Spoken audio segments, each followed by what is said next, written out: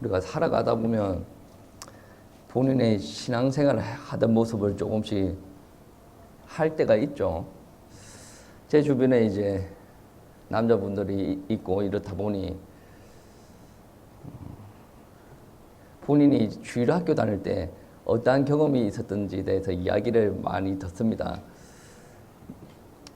그런 류의 저한테 전달되는 이야기 중에 그런 류의 대화들이 많은데, 어떤 형님의 이야기에 의하면 자기는 주일학교를 다녔대요. 주일학교를 다니고 예배 마치고 나서 교회 앞에 있는 마트에 가가지고 과자를 사가지고 왔어요. 과자를 사가지고 친구들과 맛있게 먹고 오는데 교회 옥상에 누가 지켜보고 있었냐?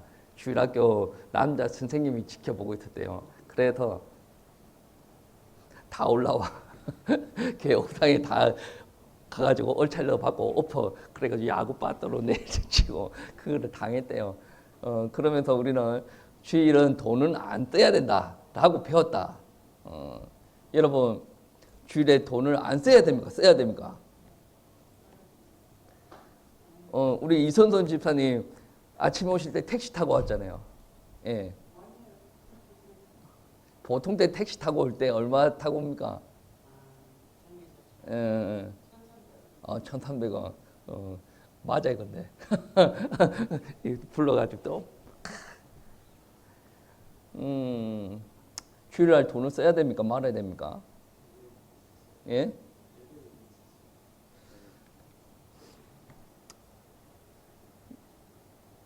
돈을 사용하는 목적이 평상시에 나를 위해서 사람들이 쓰죠.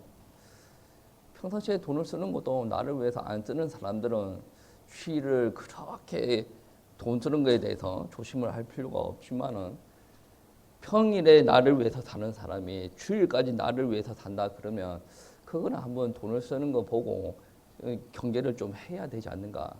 이거를 잘 지키는 사람이 있어요. 평일에는 자기 마음대로 살다가 주일은 아예 안 쓰는 사람. 저는 그거 보고 나쁘다라고 생각하지는 않습니다. 근데 거기서 더 나아가서 하나님을 믿는 사람은 주일에 돈을 쓰면 지옥 간다. 돈을 안 써야 구원받는다. 라고 이야기해버리면 그거는 잘못된 가르침입니다. 너희가 예수 그리스도를 믿지만 주일날 돈을 쓰면 너 지옥 간다는 거거든. 여러분, 이거 심각한 가르침입니다. 이거 한국당에 이런 가르침을 하는 교회들이 종종 있어요.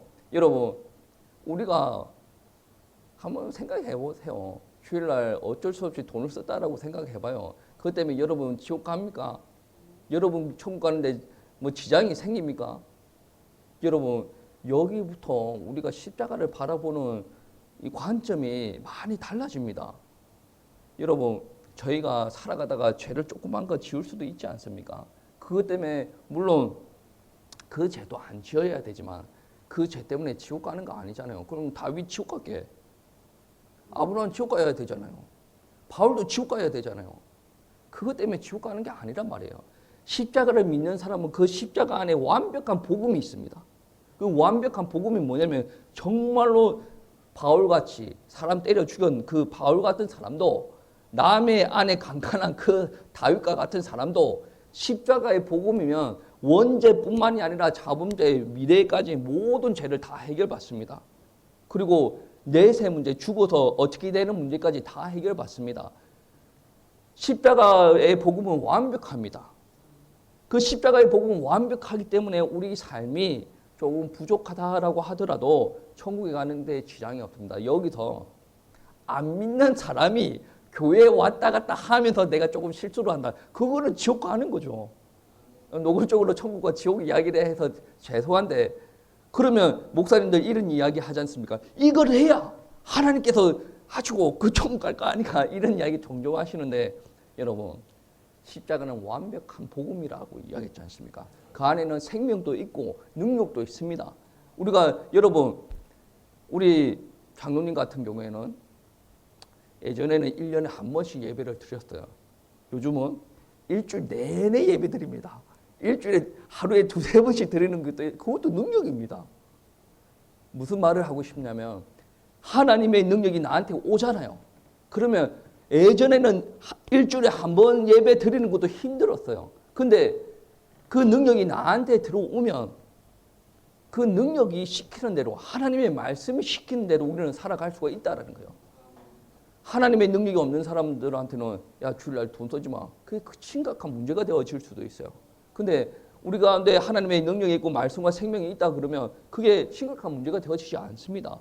그런데 모든 잣대를 돈 쓰는 거에 딱 초점을 맞춰놓고 예수 믿는 게 더욱더 중요한데 그것보다 돈 쓰는 거에 초점을 맞춰놓고 너가 이거 안 지키면 지옥 간다라고 해버리면 그거는 잘못된 가르침이다. 오히려 예수의 십자가보다 그게 강조가 돼버리면 율법주의에 빠져버리고 그게 기독교, 그러니까 하나님의 말씀을 잘못 가르치는 게 되어져 버린다라는 말씀입니다. 복음은 변하지 않습니다. 근데 복음이 시대마다 옷을 갈아입기 시작하려 했습니다. 요즘에 교회마다 드러나는 모습들이 많이 다양하죠. 어떤 분들은 이렇게 이야기합니다. 교회도 이 세상에서 이야기하는 소리를 잘 듣고 그 흐름을 잘 따라가야 된대. 저는 틀렸다라고 생각하지 않는 부분들도 있지만 본질적으로 복음과 말씀이 훼손이 되어진다 그러면 그거는 잘못된 말씀이에요. 여러분, 우리 성경책에서 이야기하는 말씀은 그 말씀이에요. 우리가 연약하고 능력이 없다라고 할지라도 하나님께서 우리에게 주신 복음, 예수 그리스도, 십자가를 지신 예수 그리스도를 믿음으로 말미암아 우리는 구원받아요. 그런데 그것만 이야기한다라고 이야기했을 때 많은 사람들은 교회가 폐쇄적이다, 배타적이다 이야기하면서 말이 안 통한다 그러면서 공격 들어옵니다. 그래도 우리는 어떻게 해야 됩니까? 예수 그리스도만 구원받습니다라고 이야기할 수 있는 믿음의 사람들이 되어져야 된다라는 말씀입니다. 여러분, 바울은 오늘 말씀에서도 이야기를 하는데 바울은 다른 복음은 없다라고 전투적으로 이야기를 합니다. 더 심각한 표현을 하는데 다른 복음을 이야기하는 자들에게는 저주가 있을 것이다 라고 이야기를 합니다. 여러분, 갈라디아서 1장 2절 말씀해 보시면 갈라디아 여러 교회들한테도 이러한 복음의 변질된 모습이 드러나기 시작했습니다. 바울이 바나바와 함께 1차 선교 여행을 떠날 때 예수 그리스도의 복음을 전하고 갈라디아 지역에 갈라디아 교회를 세웁니다.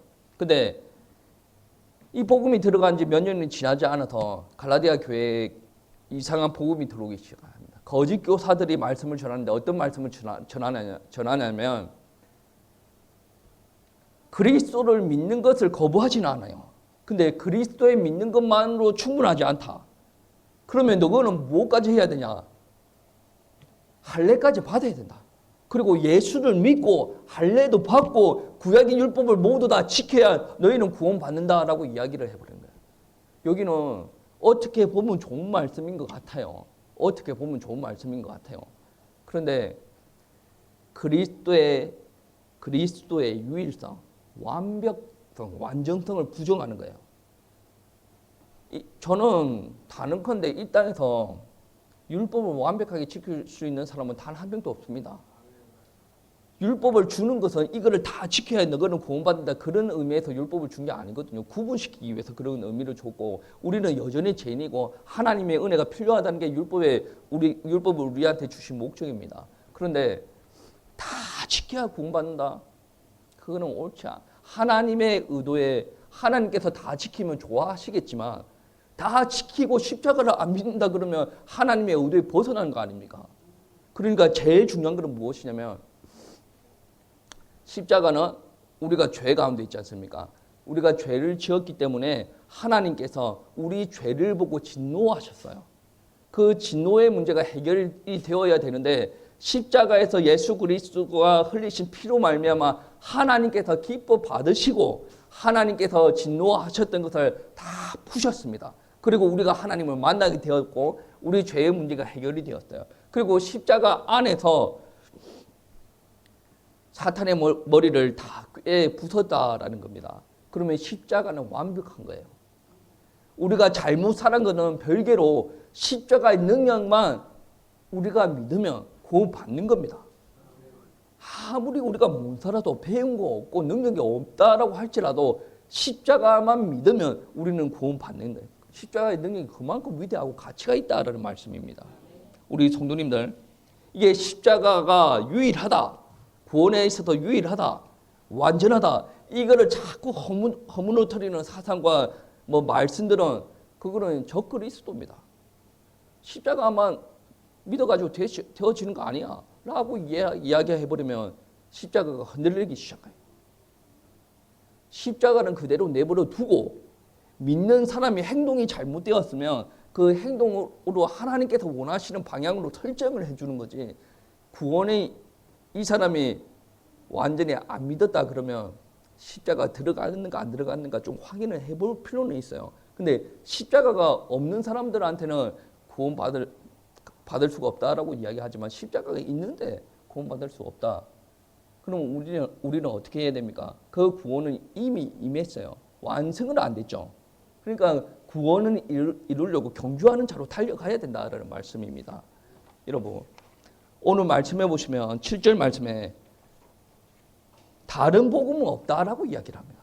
그렇죠? 다른 복음은 없다라고 이야기를 하고 8절 말씀해 보시면 우리나 혹은 하늘로부터 온 천사라도 우리가 너희에게 전한 복음 외에 다른 복음을 전하면 저주를 받을 것이다. 그렇죠? 저주 받는다. 우리가 말하는 그 사도들이 말한 그 복음 외에 다른 것을 전하면 저주 받는다라고 이야기해요. 그럼 저도 조심을 해야 되고 장로님도 조심해야 되고 이 땅에 있는 많은 목사들 조심해야 돼요. 여러분 이 단속 잘 하셔야 됩니다. 잘못된 복음을 전하면 저주 받는다라고 이야기를 합니다. 그리고 이 갈라디아 교회뿐만이 아니라 고린도 교회에서도 복음을 받고 나서 이상한 일들이 일어나기 시작합니다. 11장 3절 4절 말씀해 보시면 이런 말씀이 있습니다. 제가 먼저 읽어보겠습니다. 고린도후서 11장 3절 말씀해 보시면 뱀이 그 관계로 하와와 미혹한 것 같이 너희 마음이 그리스도를 향한 진실함과 깨끗하면서 떠나 부패할까 두려워하노라. 분명히 예수 그리스도를 믿고 신앙생활을 하는데 예수 그리스도를 믿는 깨끗함과 신실함이 사라져가고 있다.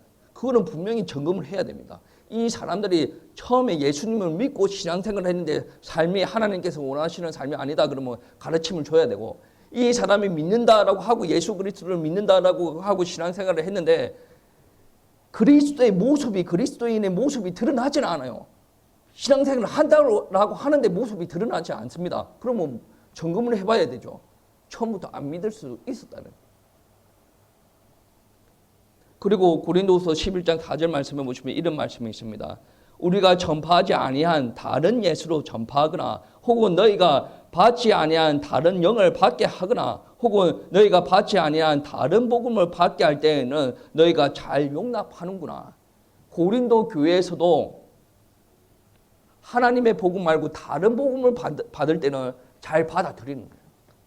성령 받을 때는 그렇게 어려워하는데 다른 영을 받아들일 때는 잘 용납한다. 이거는 갈라디아 교회도 그렇고 고린도 교회도 그렇고 여러 교회에서 복음이 받아들여졌는데 자꾸 복음이 희석이 되어지고 변질되어지고 다양한 모습으로 만들어져 가고 있었다는 거예요. 오늘날 신학자들 많이 있지 않습니까? 구약 신학자, 역사 신학자, 뭐 성서 신학자, 뭐 실전 신학자, 신학자들 많이 있어요. 근데 그들이 모두 다 하는 말이 달라요. 다르면 됩니까? 안 됩니까? 성경이 한 성경 안에서 나온 신학자라고 한다면 신학자들이 하는 말이 다 맞아야 되지 않습니까? 아니 다양한 관점에서 이렇게 보고 연구를 하면 모든 신학자가 똑같은 이야기를 해야 돼요. 근데 다른 이야기를 한다라는 것은 그 중에 예수 안 믿는 사람이 있다라는 말이죠. 저는 그렇게 생각합니다. 여러분은 어떻게 생각할지 모르겠지만 저는 그렇게 생각합니다. 그러면 여러분 교회들한테 자꾸 변질된 모습이 나잖아요. 그러면 여러분 한번 생각해 보세요.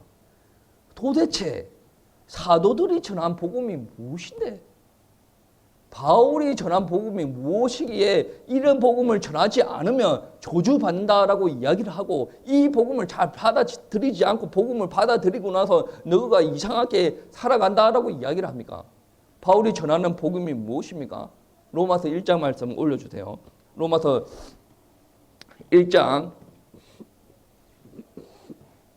2절부터 4절 말씀까지 우리 다 같이 합독하시겠습니다.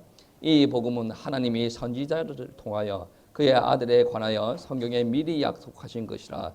그의 아들에 관하여 말하신 육신으로는 다윗의 혈통에서 나셨고 성결의 영으로는 죽은 자들 가운데서 부활하사 능력으로 하나님의 아들로 선포되셨으니 곧 우리 주 예수 그리스도시니라. 아멘. 여러분 다 아시는 내용이죠. 이 바울이 전한 복음이 이래요. 에게 이거 전했다고? 다른 거 더 없어? 더 없습니다. 바울이 전한 복음은 그렇습니다. 예수 그리스도를 전하셨는데 예수 그리스도는 성경에서 미리 예언되었고 육신의 혈통으로는 다윗의 혈통으로 나셨고 십자가에서 죽으시고 부활하십니다. 그분이 바로 하나님의 아들이신데 그분이 예수 그리스도입니다. 여러분 다 들었잖아요. 다 들었죠? 다 믿습니까? 여러분 안에서 역사합니까? 들었다라고 해서 아는 거 아니에요. 이 말씀 하나 가지고 초대교회 성도님들은 자기 목숨 또 내놓고 신앙생활을 했습니다. 들어서 아는 사람들의 들어서 아는 정도의 수준 가지고 자기 목숨을 내놓지는 않죠. 아무나 할 수 있는 건 아닙니다. 저보고 저도 잘 몰라요. 근데 목숨을 내놓을 만큼 가치를 발견하였다라는 말씀이죠. 들었는데 알아. 그 아는 단계가 여러 단계입니다. 예수님이 지상 사역하실 때 제자들에게 묻죠. 너희들의 인자를 누구라고 하느냐? 그 말을 듣고 나서 베드로가 이야기를 합니다. 주는 그리스도시요 살아계신 하나님의 아들이십니다. 이 고백을 하고 나서 마태복음 16장 17절 말씀에 봐 요나 시몬아 네가 복이 있다. 이를 알게 하신 이런 혈육이 아니다. 사람이 가르쳐 줄 수 있는 지혜가 아니다라는 말이에요.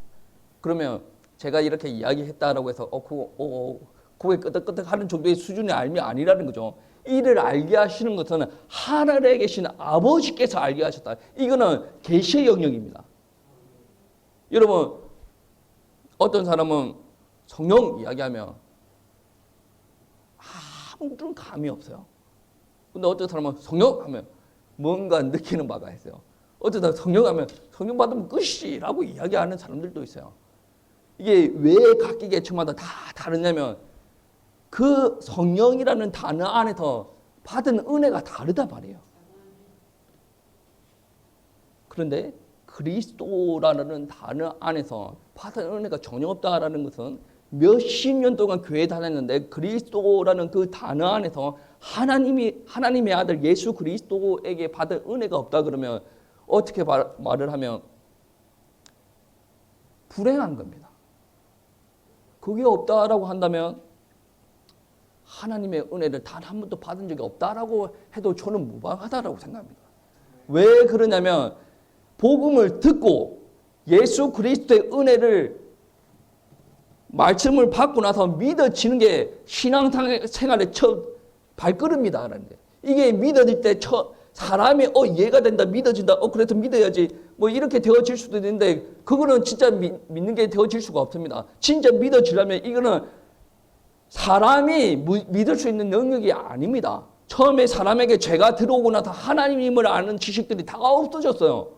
내 머리로 IQ가 내가 좀 되니까 내가 이해를 하고 맞다. 그래서 믿어지는 게 믿음의 능력들이 아닙니다. 성령께서 나에게 역사를 해야 이 예수 그리스도의 십자가의 복음이 믿어집니다. 근데 예수 그리스도를 들었을 때 나한테 아무런 감흥이 없고 내가 이때까지 신앙생활을 했을 때 내 주변에 그거로 말미암아 일어나는 역사가 없다라고 했을 때는 여러분 신앙생활을 다시 점검을 해봐야 된다는 거예요. 여러분 무엇을 달라고 하기 전에 고쳐달라고 하기 전에 돈 달라고 하기 전에 사도들이 전한 복음이 무엇이에요?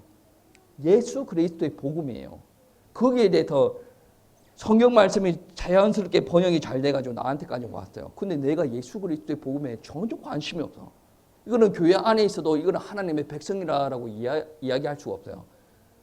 바울이 갈라디아 백성들한테, 갈라디아 교인들한테 이야기했듯이 다른 복음을 전하고 듣고 다른 복음을 받아들이고 있는, 고린도 교회 성도들한테 이야기했을 때 누구는 왜 전한 복음을 받아들이지 않고 다른 복음을 자꾸 받아들이려고 하는? 왜냐? 안 와닿거든. 하나님의 말씀 안 와닿거든. 안 와닿으니까 어떻게 합니까? 돈 주세요 했는데 돈이 100만 원 떨어졌어. 그게 하나님으로 믿어지는 거야. 고쳐줘도 돼요. 고쳤어. 그게 하나님을 믿어지는 거야. 여러분, 절에 가서 기도하는 사람들 중에 100만 원이 아니라 몇 억이 떨어지는 사람들 있어요. 절에서 귀신 쫓아내는 사람들 있다 그러더라고. 그게 중요한 게 아니라 내가 예수 그리스도를 믿고 구원하는 게 제일 중요한 겁니다. 그래서 바울은 어디를 가든지, 바울은 역사 많이 일어났지 않습니까? 귀신 내어 쫓고 병 고치고 그런 역사들이 일어났어요. 그래도 바울은 가는 곳곳마다 어떠한 복음을 전했어요? 예수가 그리스도다. 그 복음밖에 전하지 않았다라는 말씀입니다. 여러분 아시죠? 바울이 원래는 예수 믿는 사람을 잡아 죽였어요. 그 예수 믿는 사람들을 잡아가지고 대제사장 앞으로 끌고 가는데 다메섹에서 이 일을 다시 하려고 다메섹으로 가죠. 그 길 위에서 누구를 만납니까? 주님을 만나요. 주님을 만나고 나서 강력한 빛이 임하고 나서 눈이 멀어지게 되죠. 그 눈이 멀어지고 나서 사람들이 이끌려가지고 누구한테 갑니까? 아나니아한테 가죠.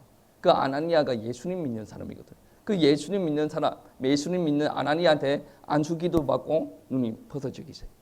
그 일이 있고 나서 바울이 예수 믿는 사람을 잡아 죽이는 게 아니라 예수 전하는 사람이 됩니다. 사도행전 9장 말씀 한번 올려주세요. 사도행전 9장 20절 말씀 우리가 먼저 읽어보면 이렇습니다.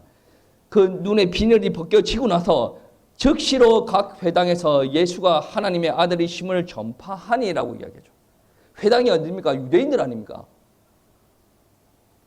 하나님의 아들 예수 그리스도를 하나님의 아들이라고 이야기했다고, 자기가 하나님이다라고 이야기했다고 잡아 죽인 유대인들입니다. 그 회당에 가가지고 어떤 이야기를 합니까? 그 예수가 하나님의 아들입니다. 그리스도입니다라고 이야기합니다. 그러니까 사람들이 놀라가지고 하는 말이 뭐냐면, 저 사울, 바울의 옛날 이름이 사울 아닙니까? 저 사울이 왜 저러냐? 저 사울은 원래 예수 믿는 사람들을 잡아다가 대제사장 앞에 데려다 놓는 그 사람이 아니냐? 근데 저 사람이 이야기하기를 예수가 그리스도다라고 이야기한다. 이게 어찌 된 일이냐라고 이야기를 해요. 그리고 나서 사도행전 9장 22절 말씀에 보시면 사울은 힘을 더 얻어 예수를 그리스도라 증언하여 다메섹에 사는 유대인들을 당혹하게 하니라. 이상한 사람 아니야. 갑자기 듣기로는 다메섹으로 사람 잡으러 온다. 예수 믿는 사람 잡으러 온다라고 했는데 그 중간에 무슨 일이 일어났는지 모르는데 예수가 그리스도라고 이야기하니 유대인들이 당황스러운 거죠. 근데 바울이 예수님을 얼마나 강력하게 만났으면 눈이 어둡고 비늘 같은 게 벗겨지고 눈이 보여지고 나서 그때 그 이후로 바로 예수는 그리스도라고 증거를 합니다. 바울은 그 증거하지 않으면, 그 사역들을 하지 않으면 자기가 이때까지 읽어놓은 게 있기 때문에 유대교 안에서 편안하게 살 수가 있습니다. 그런데 그거를 다 버리고 어떻게 합니까? 예수는 그리스도라고 증거하게 돼요. 그 증거하면 뭐가 되어집니까? 자기가 이때까지 해왔던 행적들이 잘못되었다라고 이야기하는 거지 않습니까? 이게 진정으로 예수 믿는 사람들의 모습이에요. 예수 믿는 사람들은 내가 예전에 잘못 살았던 것을 감추려고 하지 않습니다. 하나님을 못 만났으니 내가 죄인이니 내가 선하게 살고 싶어도 악하게 사는 게 당연한 거 아닙니까? 하나님의 말씀은 그렇게 달달달 외워도 자기 안에 진정한 생명이 없었어요. 예수가 없었다 그러면 진정한 생명이 없었던 거죠. 그래서 자기도 모르게 예수님을 잘 믿는 사람을 잡아 죽였어요. 바울은 가는 곳곳마다 가끔씩 잊어버릴 만하면 이 이야기합니다. 자기는 스데반 죽인 사람이다. 그리고 나서 자기는 예수 그리스도를 믿고 이렇게 변화가 되었다. 여러분, 과거의 못난 모습도 예수님을 만나고 나면 예수님을 전할 수 있는 귀한 도구가 되어집니다. 다른 사람들이 가질 수 없는 여러분만 가지고 있는 하나님께서 여러분에게만 주신 비밀적인 영역들이 되어진다라는 말씀입니다. 그게 언제 일어나냐면 예수 그리스도를 진짜 만났을 때. 바울은 언제 만났습니까? 예수님을 믿는 사람들을 잡아 죽이려고 갈 때.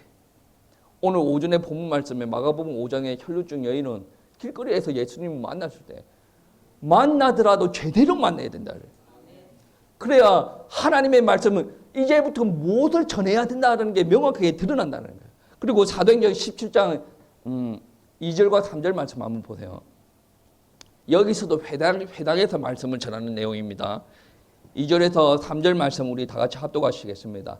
바울이 자기의 관례대로 그들에게 들어가서 새 안식일에 성경을 가지고 강론하며 뜻을 풀어 그리스도가 해를 받고 죽은 자 가운데서 다시 살아나야 할 것을 증언하고 이르되 내가 너희에게 전하는 이 예수가 곧 예수 그리스도라. 아멘. 그리스도라 하니 이 말씀이 사도행전 9장 말씀이 그러니까 회심의 역사가 있고 나서 예수가 그리스도라고 전하지 않습니까? 이 전한 게 20년도 안 되고 나서 사도행전 17장의 이야기가 나옵니다. 사도행전 17장 말씀에 유대인들이 모여서 예배 드리는 회당에 들어가서 안식일날 예배 드리러 회당에 들어가서 바울이 말씀을 읽고 강론을 합니다. 강론을 한다라는 것은 이 말씀이 무엇을 이야기하는 겁니다. 풀어주는 거예요. 그러면 이때 말씀을 들고 강론을 하는데 이때 말씀을 들고 강론할 때 그 말씀은 신약 성경입니까? 구약 성경입니까?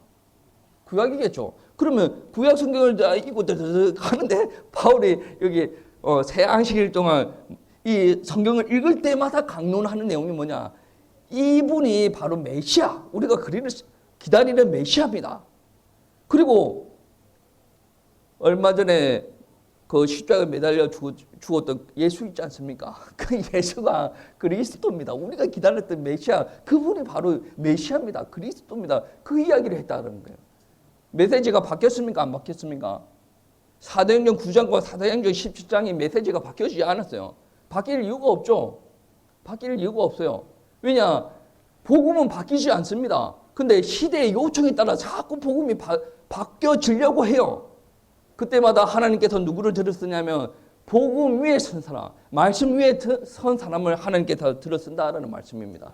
사도행전 18장 5절 말씀해 보시면 바울이 하나님의 말씀에 붙잡혀 유대인들에게 예수는 그리스도라 밝히 증언하니 바울은 다른 복음 전하지 않습니다. 예수님이 그리스도입니다. 예수님이 우리의 구원자입니다. 예수님이 하나님의 아들이십니다. 그 예수님이 십자가에서 성경대로 죽으시고 부활하셨습니다. 이 말씀만 전하신 거예요. 이 말씀이 전해졌을 때 성령께서 역사하시면 그 말씀이 믿어지는 거예요.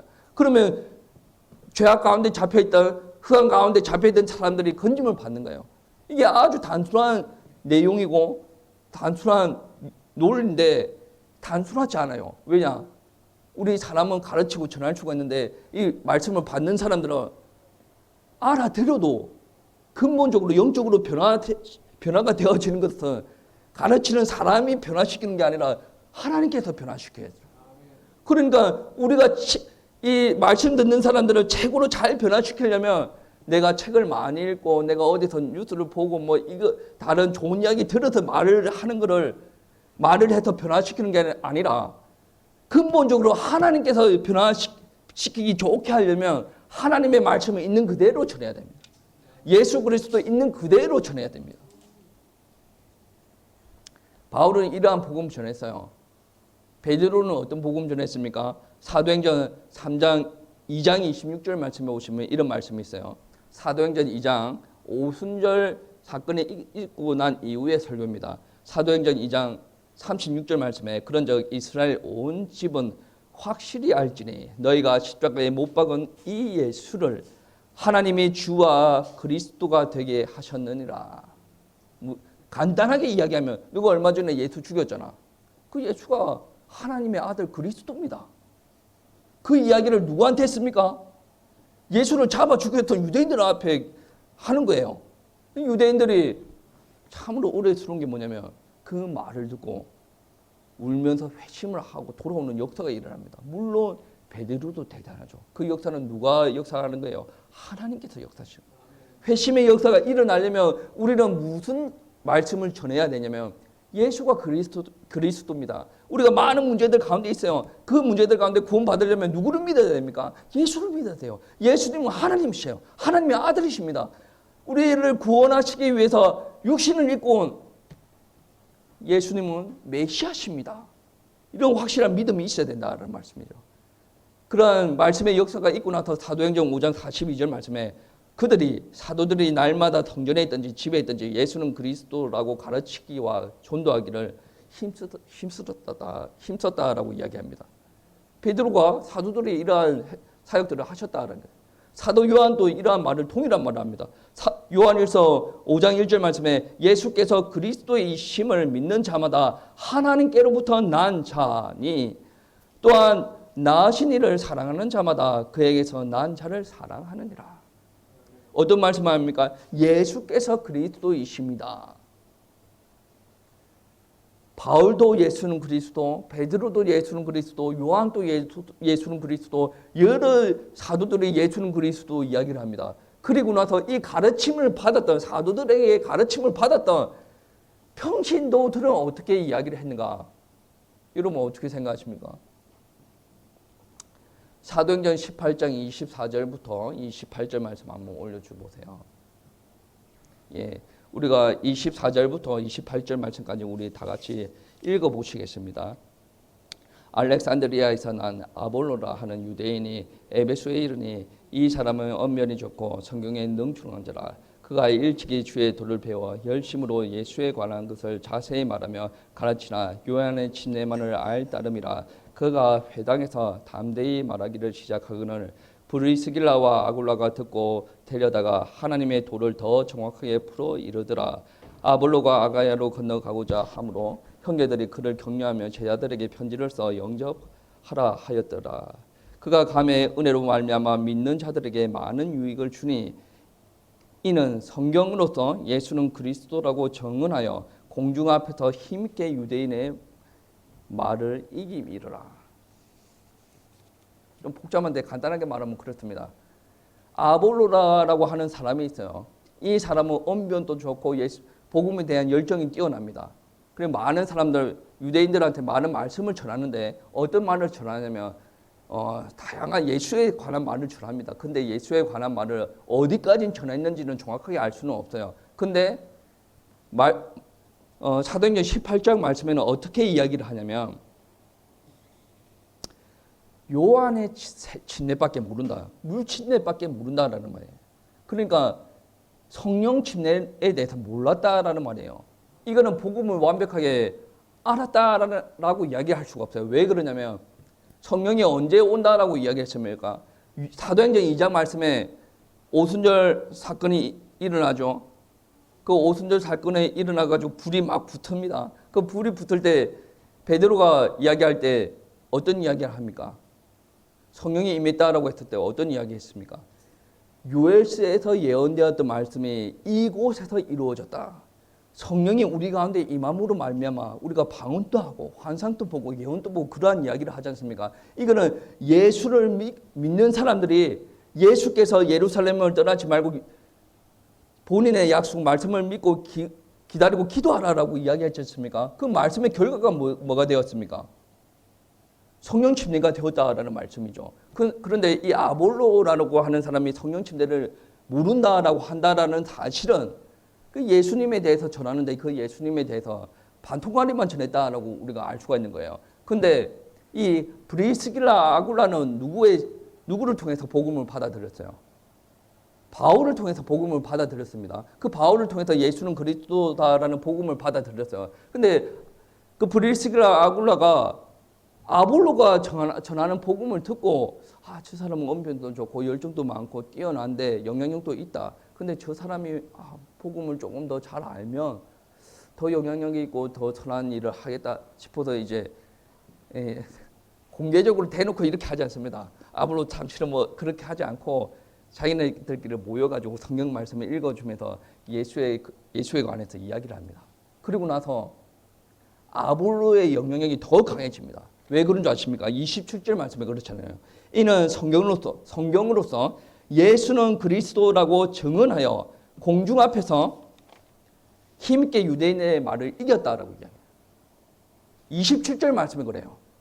가르침을 받고 나서 어떠한 일들이 일어납니까? 브리스길라와 아굴라의 가르침을 받고 나서 성경으로서 예수는 그리스도라고 힘있게 증언하였다. 유대인들의 그 말도 힘있게 이겼다라고 이야기를 합니다. 본질적인 가르침은 무엇이에요? 예수는 그리스도. 그 안에 성령 침례도 들어가는 것이고, 여러분 다 아시는 내용을 이렇게 이야기해서 어떤 부분에서는 좀 따분해할 수도 있을까요? 근데 여러분, 성경 말씀은 왜 쓰여졌습니까? 저와 여러분을 구원하기 위해서 쓰여졌습니다. 요한복음 20장 31절 말씀 한번 올려줘 보세요. 합독하시겠습니다. 오직 이것을 기록함은 너희로 예수께서 하나님의 아들 그리스도이심을 믿게 하려 하며 또 너희로 믿고 그 이름을 힘입어 생명을 얻게 하려 함이라 라고 이야기를 하고 있습니다. 성경을 기록된 목적이 무엇입니까? 예수께서 하나님의 아들 그리스도이심을 믿게 하려 합니다. 그러면 이 성경이 쓰여진 목적이 뭐예요? 하나님의 아들 예수 그리스도임을 전하기 위한 성경이 아닙니까? 이 성경을 받아들였을 때 우리는 구원받는다는 거예요. 우리 입에서 나오는 말들이 이런 말이 되어져야 됩니다. 어떤 사람은 나는 물론 그거를 무조건 나쁘다라고 할 수가 없는데 나는 공부하는 사람이라 하나님 앞에 죄되려고 해야지. 성경에서 죄에 관련된 말이 어디 있지? 나는 사업하는 사람이야. 성경에서 사업하는 이게 나쁘다라고 할 수가 없는데 그거는 성경을 조금 이게 핵심을 좀 피해가는 거라고 볼 수가 있어요. 그러니까 하나님께서 우리가 잘 살고 못 사는 거에 관심은 있지만 복음을 아는 것보다 더 관심을 두지는 않습니다. 여러분 오늘 말씀 갈라디아서 1장 10절 말씀에 오시면 이런 말씀이 있습니다. 이제 내가 사람을 좋게 하랴 하나님께 좋게 하랴 사람들에게 기쁨을 구하랴 내가 지금까지 사람들의 기쁨을 구하였다면 그리스도의 종이 아니다라고 이야기해요. 여러분 설교를 할 때 다양한 방법으로 설교할 수가 있습니다. 그런데 내용적인 측면에서 보면 사람들이 요구하는 내용이 있습니다. 요구하는 내용이 뭘까요? 나 여기가 아픈데요. 어떻게 하면 치료받습니까? 그걸 하나님 앞에 물어봐야지. 그걸 어떻게 하면 치료받습니까? 그러면 목사는 당연히 할 수 있는 말은 예배 드리셔야죠. 예배 드리자라는 말은 어마어마한 메시지가 들어가 있습니다. 예배 안 드리고 자기 마음대로 돌아다니면서 병낫기를 원하십니까? 그거는 상식적으로 생각해도 맞지는 않아요. 내가 경제적으로 문제가 많습니다. 경제적으로 문제가 많은데 내가 경제적으로 부유해지려면 어떻게 해야 됩니까? 근데 성경책에 경제적으로 부유해지려면 보면 가만히 있는다라고 해서 부유해지지는 않거든. 그러면 우리 가정에 문제가 많습니다. 어떻게 해야 됩니까? 그런 용에 이게 자기 주변에 문제들이 많이 있어요. 우리 신랑이 애를 먹이고 우리 자식이 애를 먹이고 우리 집안이 지금 이렇습니다. 어떻게 해야 됩니까? 하나님께서는 그거를 아주 가슴 아파하십니다. 그 가슴 아파하시는데 그 이전에 왜 그 가정이 그렇게 되어졌나라는 말이죠.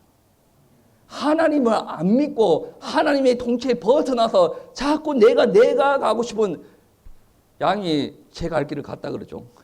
지가 가고 싶은 대로 계속 가. 그러다 보니까 그런 파탄이 나는 거죠. 하나님을 믿어도 고난 속에 있는 가정들이 있습니다. 목사님들 그런 가정들 많아요. 근데 그 가정은 특징이 뭐냐면 못하는데 자기는 행복하대요. 그걸 어떻게 해. 아니 누가 봐도 못 사는데 누가 봐도 1년에 한 번에 통닭도 못 시켜 먹고 못 사는데 자기네들은 행복하답니다. 다른 사람들은 한 달에 통닭을 30마리씩 막 시켜 먹어도 원망 불평하고 그러는데 목사 집안에 1년에 통닭 한 마리 못 시켜 먹어도 행복하대요. 차이가 어디에 있습니까? 그 안에 예수가 있냐 없냐는 거죠. 오늘날 많은 사람들이 복음을 들을 때 반응이 없습니다. 교회 안에 있는 사람들조차도 그러기 때문에 교회 안에 있는 사람들도 내 문제 해결하기에 급급합니다.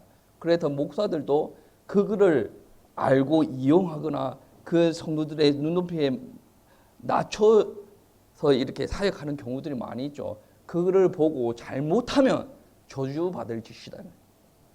예수 그리스도의 복음을 온전하게 전하라. 여러분, 서신서에 보면 가정 회복에 대해서 이야기하고 있습니다. 경제 회복도 이야기하고 있습니다.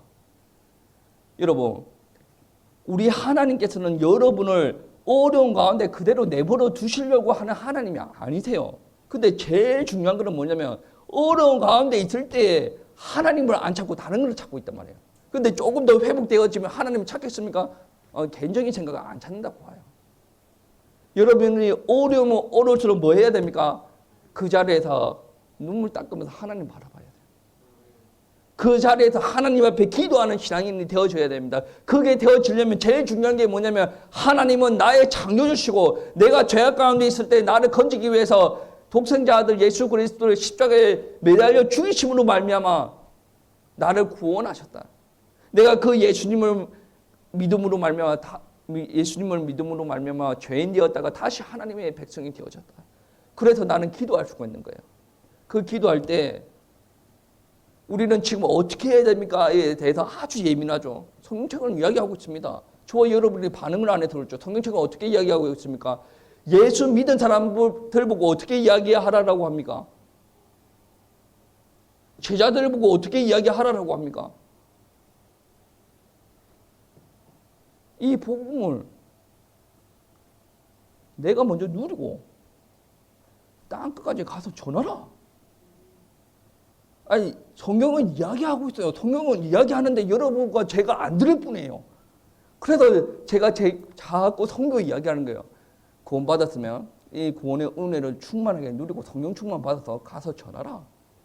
그리고 가서 전할 때 하늘과 땅의 권세를 모든 권세를 가진 하나님께서 예수님께서 나와 함께 하신다. 예수님께서 오실 때까지는 전하라. 그 복음이 땅끝까지 전달되어 전해지고 난 후에야 예수님께서 오신다라고 했어요. 우리가 할 일은 뭐예요? 가정도 중요하고 돈도 중요하고 그것도 내 안위도 제일 중요한데 우리의 갈 방향은 어디입니까? 땅끝까지 복음 전하는 거예요. 하나님의 나라와 의를 먼저 구할 때 육신적인 거 모두 다 채워준다라고 그랬죠. 이 말씀도 은혜 받아야 믿어집니다. 그래서 하나님 앞에 은혜를 구하십시오. 초대 교인들은 예수는 그리스도, 나 이것 때문에 하나님 앞에 예배 드리고 이것 때문에 나는 선교한다. 이 신앙을 지키기 위해서 어떤 사람은 감옥에 끌려가기도 하고 어떤 사람은 자녀들에게 온전한 교육을 못 시키기도 하고 어떤 사람은 경제활동이 제약되기도 합니다. 왜 그렇습니까? 복음의 비밀이 발견이 되어졌다는, 진짜 믿어졌다는 게. 바울 믿었잖아요. 바울이 믿고 나서 예수 그리스도 진짜 바울이 복음을 믿고 그 복음의 비밀이 발견이 되어졌다라는 말씀이에요. 오늘날 교회는 왜 그렇습니까? 그래서 믿든 안 믿든 설교자들은 이 이야기 해야 됩니다. 예수는 그리스도. 몇십 년 동안 교회 다녔다라고 하더라도 예수가 그리스도입니다. 예수가 여러분의 모든 인생을 주관하고 계십니다. 여러분 가정사 예수 그리스도가 주관하고 계십니다. 여러분 영혼 예수 그리스도가 주관하고 계십니다. 여러분 자녀들의 영혼 예수가 주관하고 계십니다. 여러분 아무리 열심히 살아도 예수님께서 허락하지 않으면 절대로 역사가 일어나지 않습니다. 제일 필요한 것은 뭡니까? 믿음이에요.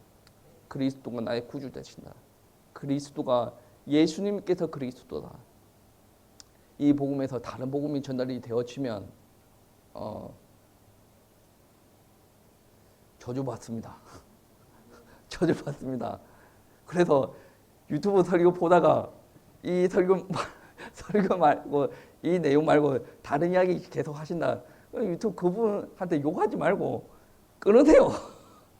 그러시고 복음 중심적으로 말씀하시는, 나한테 맞지 않더라도 내 심령이 약간의 거부를 일으킨다라고 하더라도 예수가 그리스도, 하나님의 아들, 나를 구원하신 구원자, 이 말씀을 전하시는, 복음을 전하시는 메시지로 여러분의 신앙이 세워지시기를 축복합니다. 이게 사도들이 전한 복음이고 지금까지 전달이 되었고, 지금 이 시대에 사는 사람들은 그 복음이 따분하다고 여기는지 그 외에 다른 복음을 달라라고 이야기를 합니다. 여러분은 절대 그런 소리 하지 마시기 바랍니다. 어제 예수 들었지 않습니까? 어제 들었다고 오늘 못 듣습니까? 2000년 전에 이 이야기가 계속 되어졌는데, 이 이야기 말고 다른 하늘 천국 보좌로 움직일 열쇠는 그리스도 말고 다른 거 없습니다. 기도 응답이 필요합니까? 이 속으로 들어가시면 됩니다. 여러분 한 주 동안 승리하시기를 축복합니다.